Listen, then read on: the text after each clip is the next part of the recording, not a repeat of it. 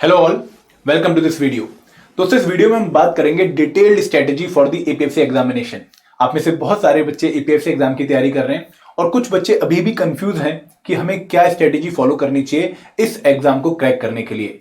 तो इस वीडियो में मैं हर एक बच्चे के लिए, भले ही आप बिगिनर हो, भले ही आप ऑलरेडी किसी एग्जाम की तैयारी कर रहे हो या फिर आप एक वर्किंग प्रोफेशनल हो, हर एक बच्चे के लिए मैं एक प्रॉपर स्ट्रेटेजी बताने वाला हूं कि किस तरीके से आपको इस एग्जाम को अप्रोच करना चाहिए और इस एग्जाम को क्रैक करने के लिए आपको कौन कौन सी बातों का ध्यान रखना चाहिए। दोस्तों, before going further into the video, मैं आप लोगों से रिक्वेस्ट करूंगा कि please subscribe to our YouTube channel and also join our Telegram group. Telegram group का जो लिंक है वो नीचे डिस्क्रिप्शन बॉक्स में दिया गया है। आगे बढ़ते हैं और आप लोगों के लिए एक बहुत ही स्पेशल अनाउंसमेंट। दोस्तों, we are providing you the complete guide book to prepare for the APFC examination.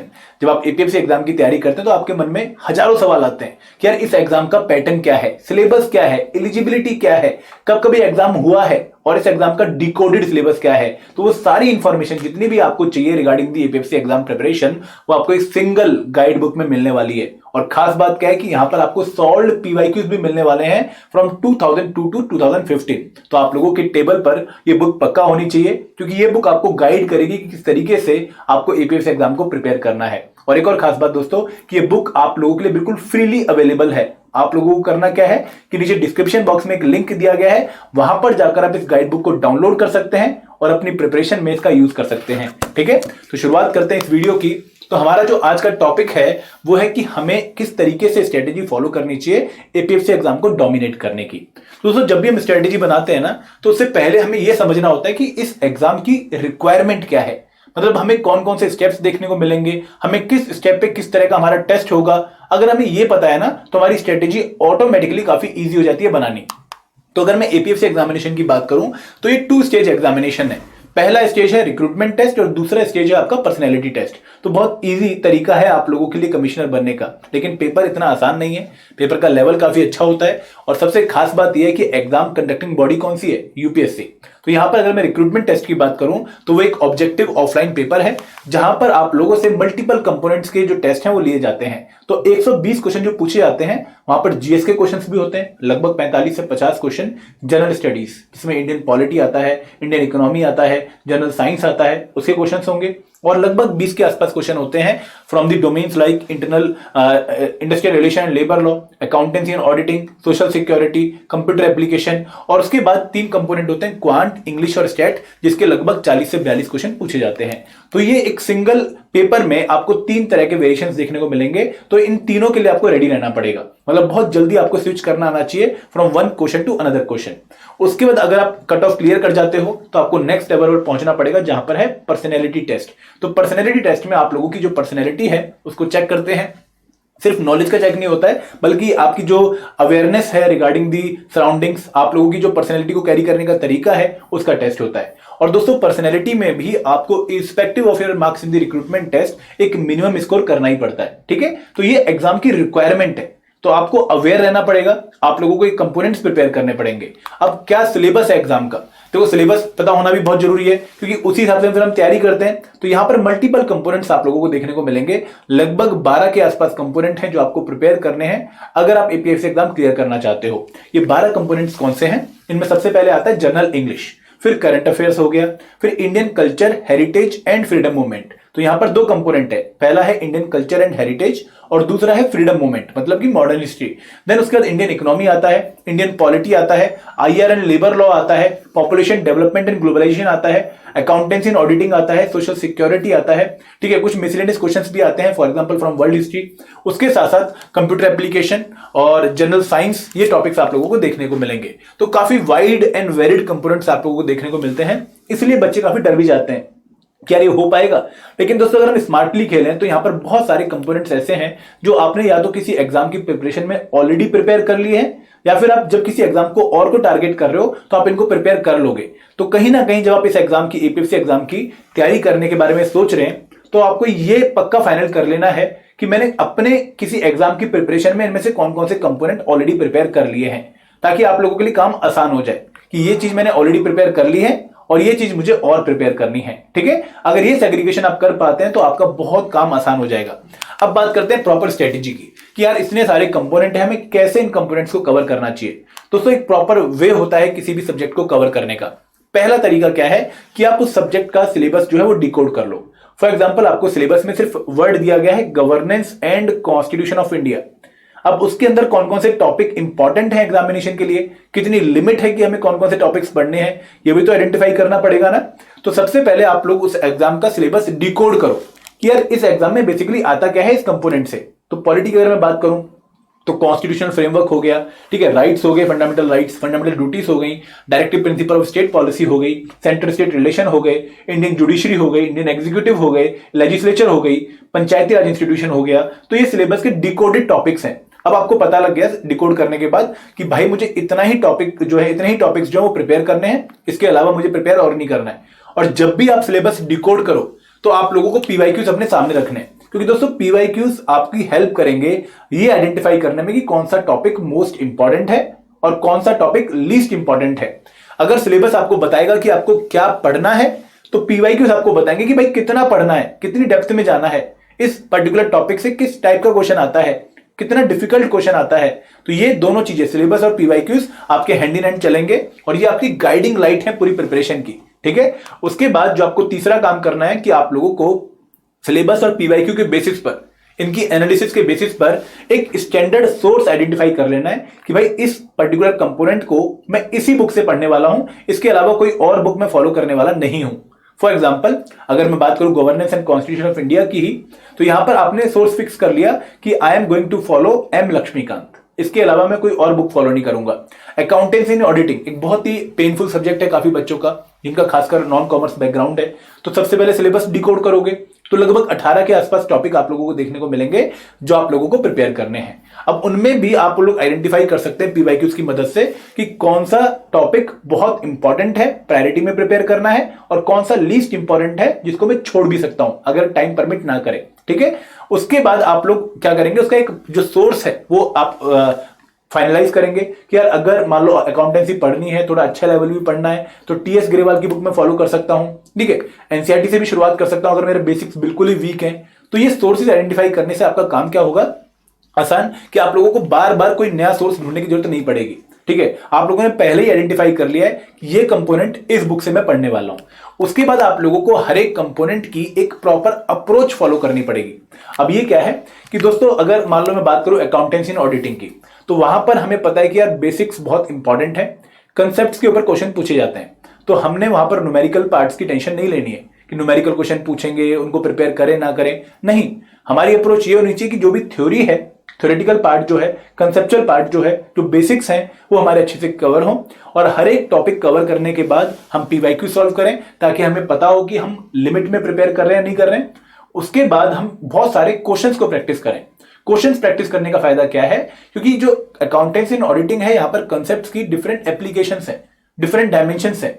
तो उन डायमेंशन से आप क्वेश्चंस के थ्रू ही बेस्ट रूबरू हो सकते हो। तो जितने क्वेश्चंस प्रैक्टिस करोगे उतनी अच्छी आप लोगों की कमांड होगी ऑन दी सब्जेक्ट, ठीक है। तो ये हमारी बेसिक अप्रोच है फॉर अकाउंटेंसी। सिमिलरली अगर मैं मैथ की बात करूं, काफी बच्चों को मैथ में काफी डिफिकल्टी होती है कि sir general mental ability 30 question exam में आएंगे, कैसे होगा, यहां पर तो क्वालिफाइंग भी नहीं है। दोस्तों जितनी प्रैक्टिस करोगे उतना बेटर आप लोगों का मैथ होगा। तो आप कोई भी एक स्टैंडर्ड मॉक टेस्ट उठा के देख लो, 1 घंटे का टेस्ट लो, 50 क्वेश्चन रख लो।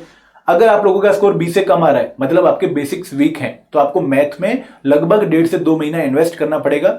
हर एक बेसिक कंसेप्ट जैसे टाइम एंड डिस्टेंस हो गया, सिंपल इंटरेस्ट हो गया, कंपाउंड इंटरेस्ट हो गया, उसके फॉर्मूलेस के साथ उसकी क्वेश्चंस को प्रैक्टिस करना पड़ेगा, तब जाके आप उसकी अच्छी कमांड हासिल कर पाओगे। लेकिन अगर आपका स्कोर 20 से ज्यादा आ रहा है तो उस केस में आपको क्या करना है कि आप लोगों को प्रैक्टिस करनी है गिवन टाइम लिमिट में।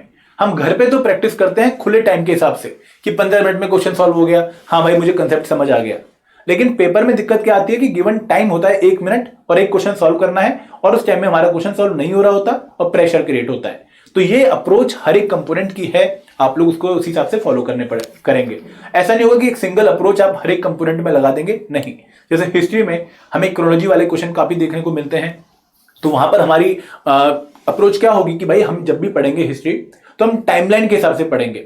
हम जितने भी इंपॉर्टेंट डेट्स हैं उनको मार्क करेंगे ताकि हमें इवेंट्स की प्रॉपर क्रोनोलॉजी पता हो। और हिस्ट्री में फैक्चुअल इंफॉर्मेशन का भी ध्यान रखेंगे, और जो स्टोरी है बिहाइंड दी पर्टिकुलर इवेंट उसको भी अच्छे से कवर करेंगे, ठीक है। इसके बाद हमारा लास्ट स्टेप क्या होता है कि अब हमें सब पता है कि हमें करना क्या है, कहां से करना है, कैसे करना है, लेकिन हम उसका जब एग्जीक्यूशन करने जाते हैं तो हमारी कंसिस्टेंसी मिस होती है।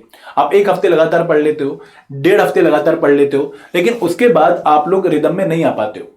तो आपको ध्यान रखना है कि भाई जब भी आपकी इनकंसिस्टेंसी हो, कोई ब्रेक आप लोग ले रहे हो, तो एक बार पक्का याद कर लें कि why you are preparing for the APSC examination. आप लोगों को इंटरनल मोटिवेशन जनरेट करनी पड़ेगी कि भाई मैं क्यों प्रिपेयर कर रहा हूं इस एग्जामिनेशन के लिए, ताकि एक पुश मिले। ये पुश एक्सटर्नल भी हो सकता है, आप लोग हमसे बात कर सकते हैं जब भी डिमोटिवेशन हो, यार आप खुद से एक बार क्वेश्चन करो कि यार मैं क्यों नहीं पढ़ रहा हूं, क्यों रिदम में मैं नहीं आ रहा हूं। तो अगर आप कंसिस्टेंसी से पढ़ाई करेंगे तो विद इन 21 डेज आपको थोड़ा रिजल्ट दिखेगा। एक महीने के बाद आपका एक पोर्शन कंप्लीट होगा, काफी सेटिस्फेक्शन मिलेगी, फिर और पोर्शंस कंप्लीट होंगे धीरे धीरे, और आप लोग एक अच्छे सफर की तरफ पहुंच जाओगे। ठीक है, और ये हिंदी वाला सफर है, इंग्लिश वाला सफर नहीं है। ठीक है, आगे बढ़ते हैं। अब बात करते हैं कि हर कंपोनेंट को हमें किस तरीके से शुरुआत करनी है। ठीक है, तो सबसे पहले जब आप एक बिल्कुल बिगिनर हैं, तो यहां पर सबसे पहले मेरा पॉइंट क्या रहेगा कि अपना लेवल चेक कर लें। अगर आपको लगता है कि नहीं मुझे बिल्कुल भी नॉलेज नहीं है, मैं तो टेक्निकल बैकग्राउंड का हूं, जस्ट ग्रेजुएशन कंप्लीट करिए और अब मैं आ चुका हूं, मेरे सामने पॉलिटी है, इकोनॉमी है, हिस्ट्री है, कैसे कवर करूं। तो अपना लेवल अगर आपका बिल्कुल बेसिक है तो स्टार्ट विद एनसीईआरटीज। अब यहां पर एनसीईआरटीज आप कहेंगे कि सर टाइम कम है, एनसीईआरटी पढ़नी जरूरी है, तो सर जरूरी है, क्योंकि जो बेसिक टर्म्स है ना उनके मीनिंग अगर क्लियर नहीं हुए तो रेफरेंस बुक आप लोगों के सिर के ऊपर से जाने वाली है। तो कोशिश ये करो कि अगर आपका बेस लेवल 0 है तो एनसीईआरटीज आपकी सबसे पहली पसंद होनी चाहिए। और अगेन क्वेश्चंस एनसीईआरटी से भी पूछे जाते हैं, तो लगभग अगर 10 से 12 क्वेश्चन एनसीईआरटी से आ रहे हैं तो आपका कॉस्ट बेनिफिट है एनसीईआरटी पढ़ने का। अब एक और क्वेश्चन आता है कि सर पुरानी एनसीईआरटी, नई एनसीईआरटी। दोस्तों नई एनसीईआरटी पढ़ सकते हो, अच्छी बुक्स हैं और क्वेश्चन भी इनसे पूछते ही हैं। ठीक है, तो आप अपने लेवल के हिसाब से डिसाइड करो कि मुझे कौन सी एनसीईआरटी से शुरू करना है। अगर बिल्कुल ही बेसिक लेवल है तो 6 की एनसीईआरटी, जैसे हिस्ट्री की, साइंस की एनसीईआरटी 6 to 10th। अगर थोड़ा हायर लेवल है, थोड़ा बहुत नॉलेज है, तो 9-10th की एनसीईआरटी पढ़ सकते हो, और अच्छी नॉलेज है 11-12th की एनसीईआरटी से शुरुआत कर सकते हो। ठीक है, अब हर एक कंपोनेंट की एनसीईआरटी या बुक लिस्ट की जो वीडियो थी वो हमने बना रखी है, आप लोग देख सकते हैं हमारे यूट्यूब चैनल पे जाके कौन सी बुक्स फॉलो करनी है, वो हमने वीडियो बनाई है प्रॉपर। ठीक है, उसके बाद जब आप एनसीईआरटी पढ़ लेते हो तो उसके बाद आपको स्टैंडर्ड रेफरेंस बुक पे जाना है। फॉर एग्जाम्पल अगर मैं बात करूं इंडियन पॉलिटी की, अगेन सब्जेक्ट का नाम क्या है, governance and constitution of India, तो आपने स्टार्ट किया एनसीईआरटी से। अगर आप बिल्कुल 0 थे पॉलिटी में तो 7th, 8th, 9th, 10th की एनसीईआरटी पढ़नी जरूरी थी। अगर थोड़ी बहुत पॉलिटी पता है कि लेजिस्लेचर क्या होता है, पार्लियामेंट्री फॉर्म ऑफ गवर्नमेंट क्या होती है, फेडरलिज्म क्या होता है, तो आपको 11th क्लास की इंडियन कॉन्स्टिट्यूशन एट वर्क पक्का पढ़नी चाहिए। और उसके बाद जो हमारी स्टैंडर्ड रेफरेंस बुक है गवर्नेंस एंड कॉन्स्टिट्यूशन की, Indian polity by M Laxmikanth, वो हमें बार बार पढ़नी चाहिए। और अगेन पेपर से पहले आपकी 2 बार तक रिवीजन पक्का हो जानी चाहिए। At least 2 revision are must before your exam.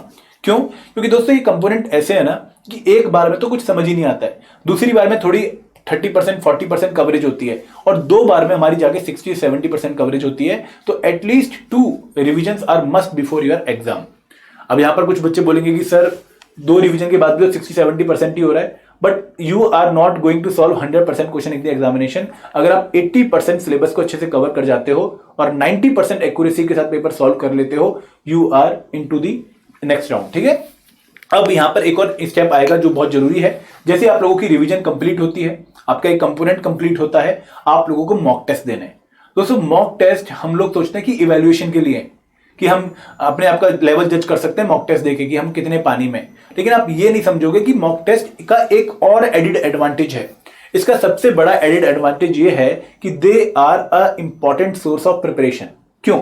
आपने कोई चीज मिस कर दी, आपने कोई और बुक से कोई इंपॉर्टेंट कंसेप्ट नहीं पढ़ा, तो वो सारी चीजें मॉक टेस्ट के थ्रू कवर हो जाती हैं।